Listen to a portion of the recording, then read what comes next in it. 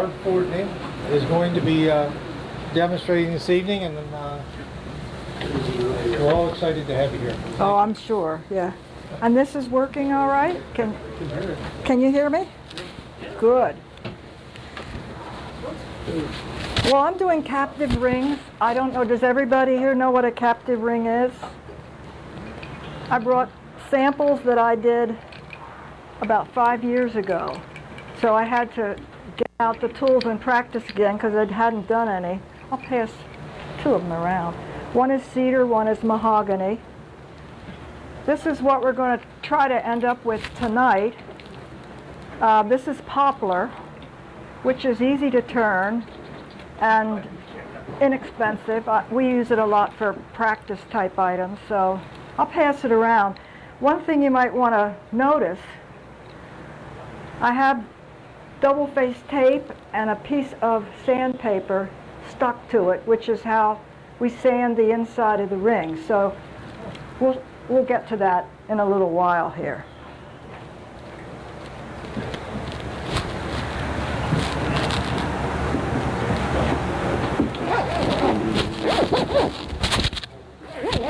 There we go.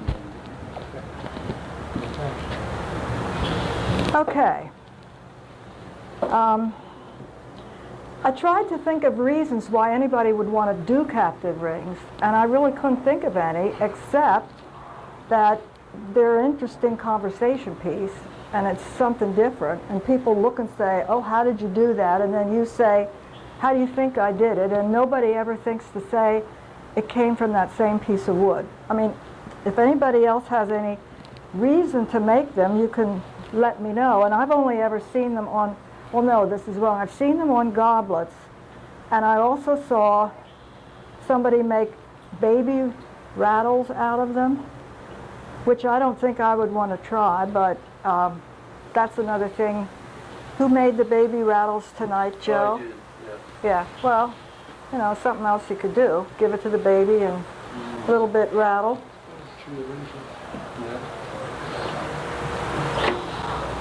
I'm going to do this tonight using two tools. A skew, which is one of my top favorite tools. Oh, Bedan, sorry. This is a Bedan. And this is a skew, a small 1/4 inch skew. There are other tools that you can buy special that you can make captive rings with, and I'll talk about that at the end once we've successfully done it here. But I chose to do it with the tools that we had and not buy anything special. So to start with, I usually start up at this end and just start with the first one. You know, pull this out. Yeah, there we go. Oh, don't want to forget my mask. So one of the first things that I learned when I started to turn wood was wear a face mask. And I have been hit in the face mask a couple times. So I do, and at home when I'm turning, I usually wear a little thing for breathing. What are they called? Like a little, well, it's not a rest, yeah, it's just a little mask thing. It's a little mask. But I don't like to breathe in the dust, and I make a lot of dust. Tonight I'm going to try not to make a whole lot. Sanding will be to the minimum, but when you use the tools, of course, you know, you do make some. So I use one all the time. So we'll start with the Bedan.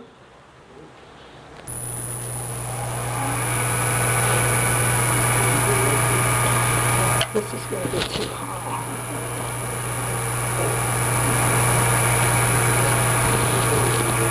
When you're making this, you want to give yourself enough room to work because you're going to be putting tools in here, so it looks like you could make a lot of rings, but you really can't. You have to give yourself room in between so that your tool doesn't get stuck in the wood, which has happened to me, which is how I got that little thing, but you have to be careful.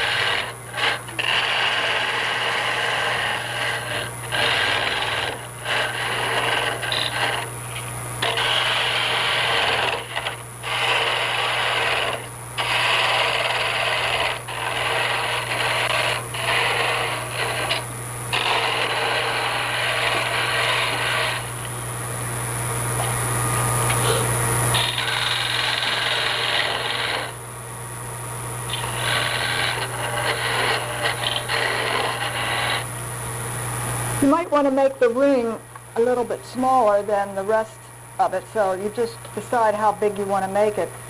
Another thing to point out, there is a beading tool that we have one. If you wanted your rings to be all exactly the same, which I don't ever think about, but you can, you could use the beading tool and come in with it, and then the ring would be the same width the whole way along. But for tonight, we're not doing that.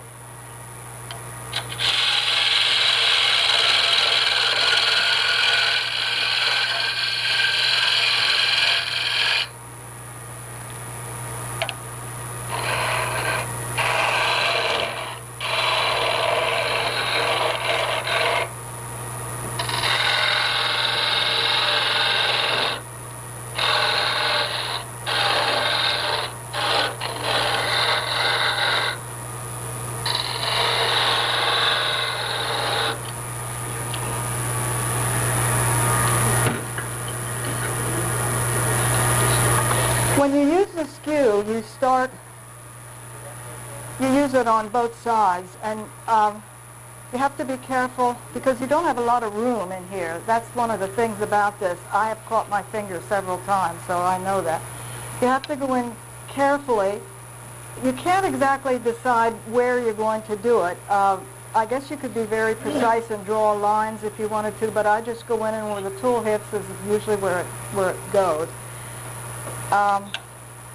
And then I do a little bit in the beginning until I get a nice little groove in there, and then I sand it. So we'll do that part next. Can you stop that and put the lock in the down position? It's right in the way of the camera. Stop the spindle. And on your tailstock. Yeah. Nope, can't do it. Oh. Trying to allow the camera. That's where it locks. Yeah. Oh. Line locks both directions.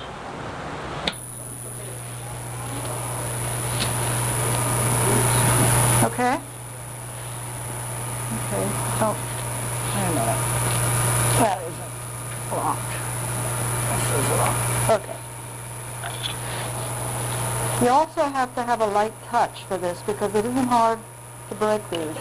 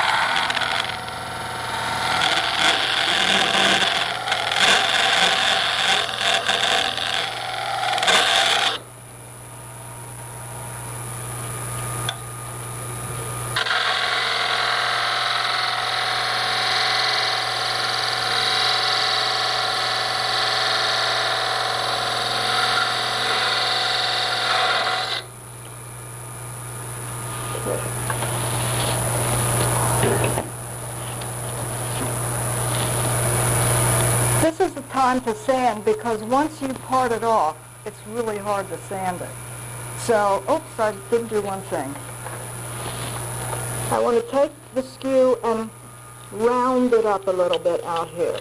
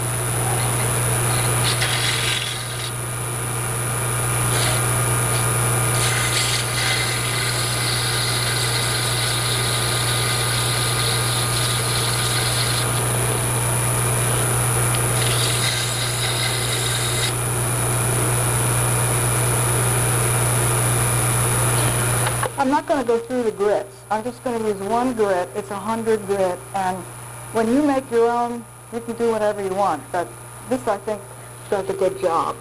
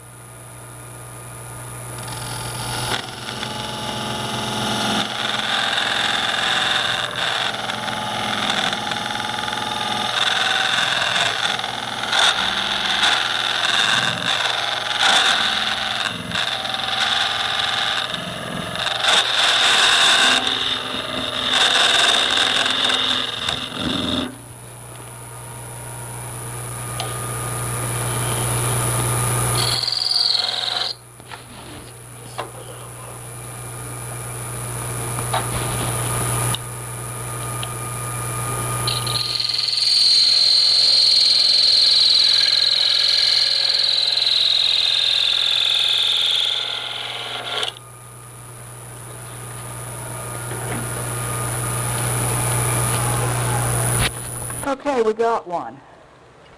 Now, what we'll do is we'll get rid of this, and then you want to tape this up against here, and then you go on to your next ring. So.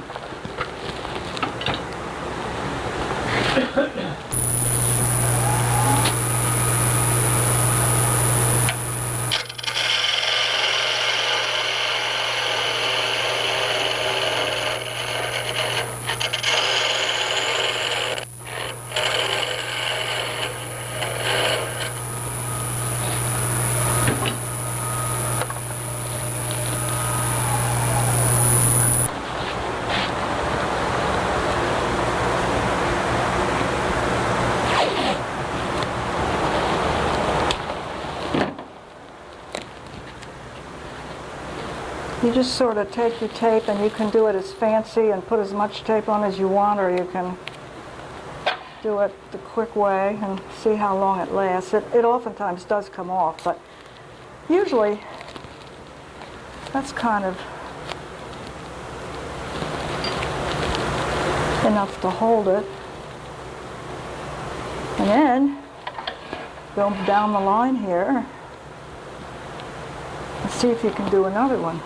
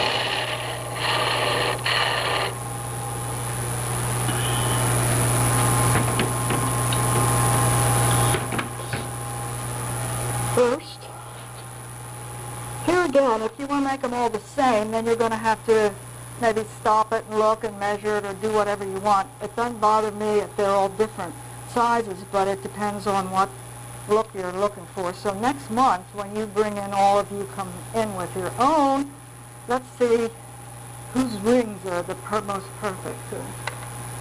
Won't be mine.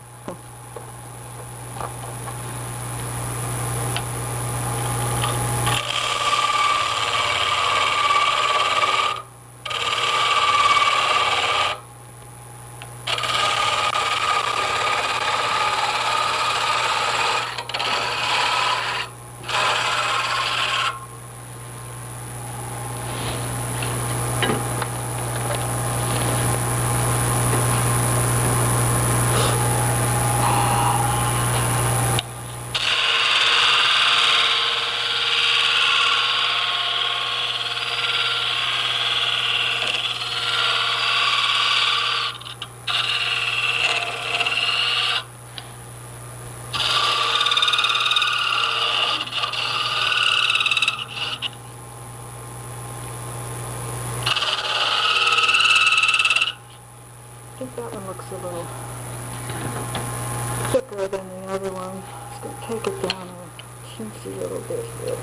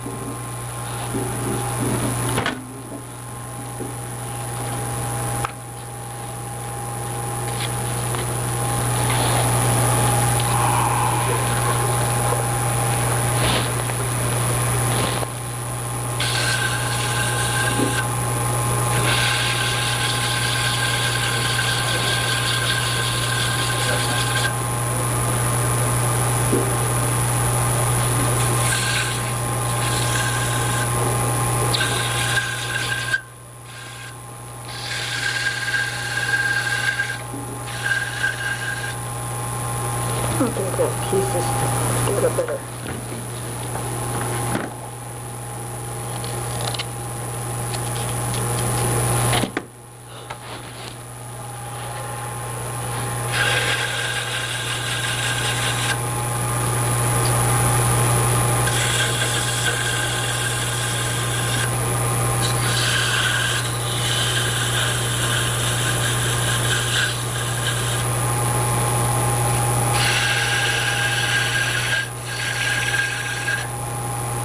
Well, we should do this. We should have done this. I should have done this after Larry's sanding demonstration because I'm not the best sander. I'm an impatient type sander.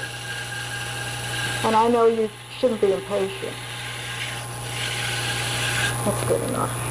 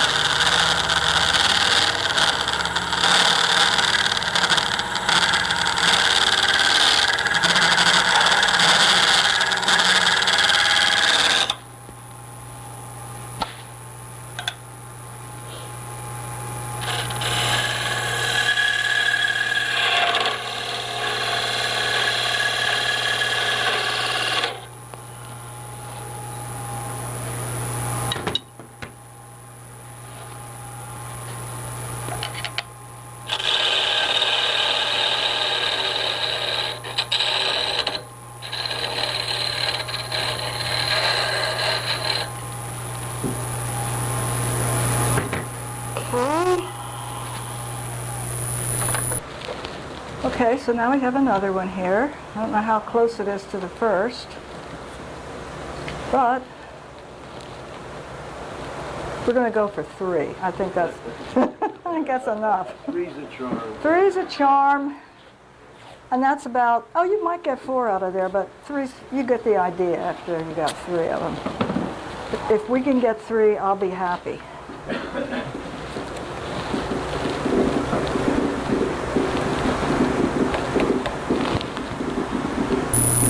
Yeah, that looks good. Okay.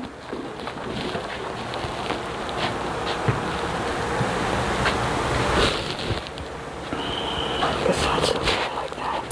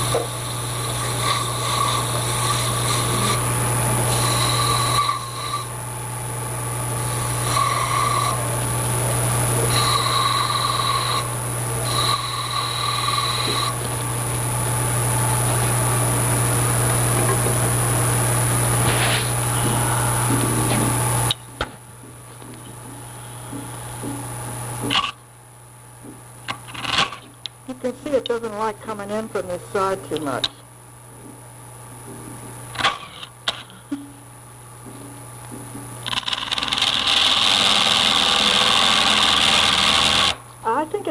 to leave the tool straight. If you go up, that's when it jumps. So, I mean, I don't think that's the rule for other things, but for doing this, if you keep it straight like that, it has less of a chance of jumping all over the place.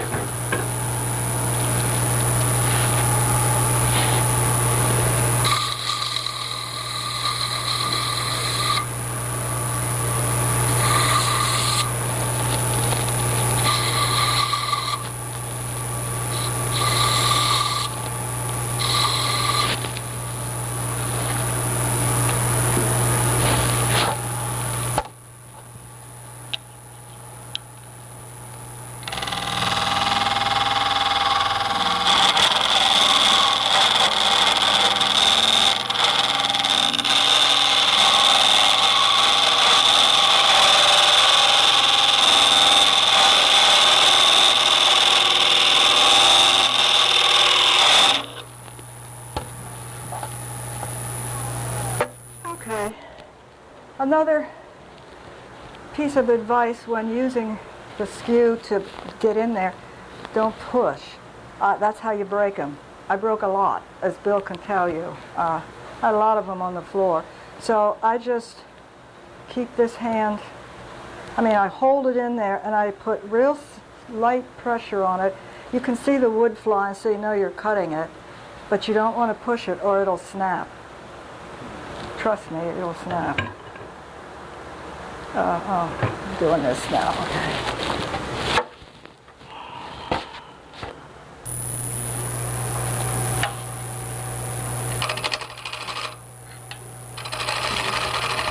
Well, I don't think that's going to work, is it? So better take that guy up there.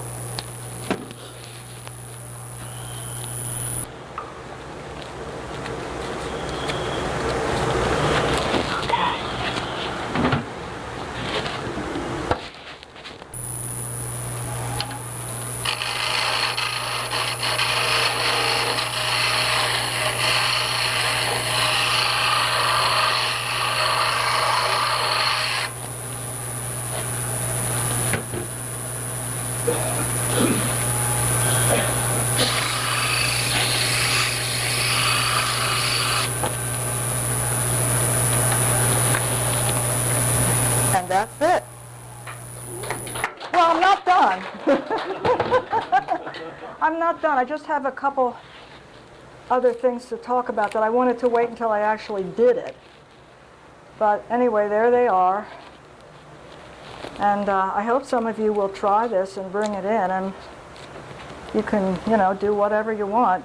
Maybe you'll think of something other than a goblet or this. But what I wanted to mention is there are tools on the market that you can buy, specifically called captive ring tools. Now, you can get these tools at Penn State Industries, and they cost about, I have it all written down up here so I don't forget, 3 for $50 in that approximate area. You can get, and they're little things. I don't have one, so I can't show it to you. But you can look in the catalogs and see what they look like. And you can get them at Packard or Craft Supply, and they're a little more expensive, and they're about $50 each. Now, I knew you could do them this way, or somebody told me, and I thought, well, I'm not going to do this and make a lot of them, so why would I want to buy a tool? I'd rather do it the hard way, or whatever, and try it with the skew, because I like the skew. Bill taught me how to turn, on the skew. And I do the spindle gouge, but I prefer the skew because for some reason, and this is a small one, and that's what I wanted to tell everybody. This, I guess you could buy them before. I don't know. You must. I've not seen quarter-inch in the catalog. Well, they're not in the catalogs now. Half-inch is the smallest. Yeah, we know that, and we have a half-inch. Our quarter-inches are now this big, so I couldn't even get in there. So I tried with the half-inch, and that was too clunky to try to get in there. So we sent away. There's a place called MS, like Sam, C, some company. You can look it up online, and they make.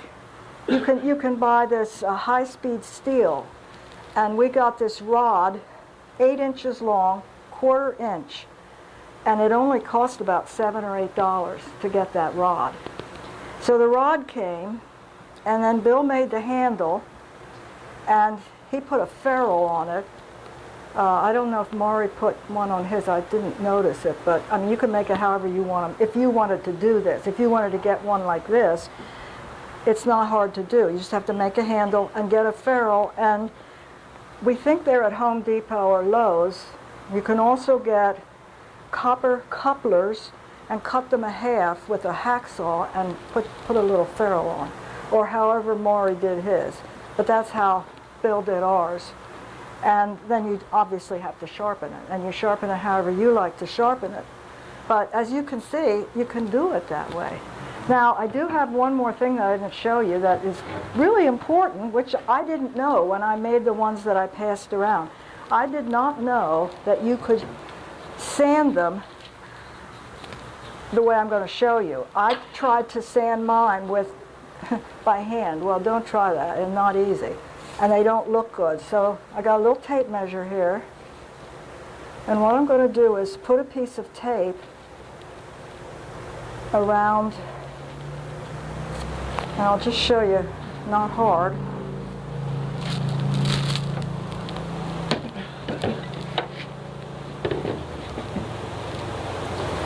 You can use, now I saw this on YouTube, somebody was making them, and he got out his piece of sandpaper and put it around here and grabbed his little container of CA glue and put a drop on it. Well, that's not for me because I would have it all over myself, and I don't do that, but I thought this double-faced tape is the way to go. Oh, I didn't get my pencil out. Well, I'll just approximate it here.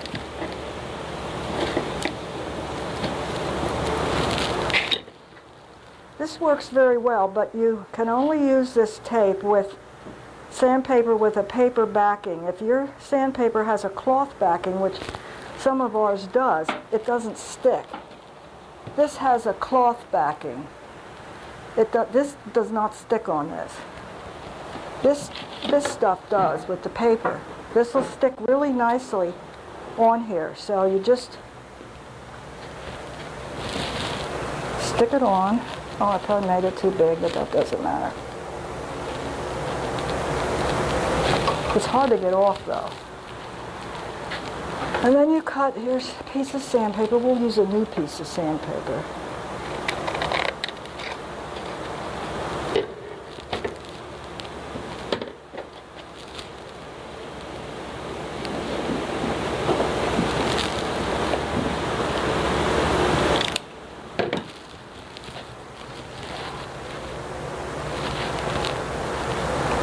You can be as fussy with this as you want to be. I'm not real fussy with it, but when you're making one of your own, you can, like I said, you can go through the grits if you want to, or however you want to. I don't think you can really necessarily see it, but I passed them around, and I don't know if you look carefully, but I did not use this method because I didn't know how to do it back then. So what we'll do now is we'll just attempt to sand inside. I should have maybe left them on, but yeah, cool. Yeah, you just go around. It's not easy to get it even. You have to play around with it a little, and I'm not going to do that tonight because that's for you to do in the comfort of your own shop. But you can, if you're smart, you'll take these down. You'll take these to either end. I'm not going to do that either. Can you see that? My hands are probably in the way.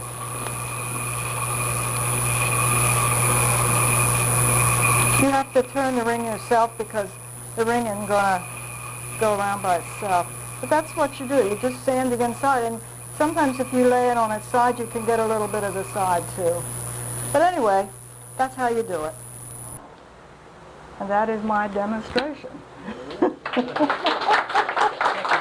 I will. I'll pass it around. I will pass it around, yeah.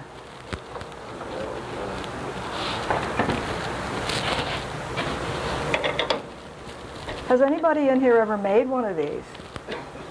Oh yeah, oh look at all the hands going up, yeah. See, I wasn't the only one.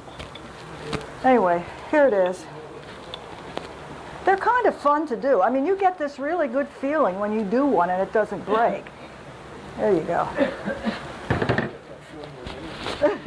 Well, yeah, I get that feeling with anything too. But especially with them, because like I said, I would turn one and then I break one. And then I turn one, and then I break one. And it took me about 4 different pieces of wood until I finally got one that I could make 3 in a row. So I'm so thankful that I got it done tonight. But anyway. You did a good job. Thank you. So that's it.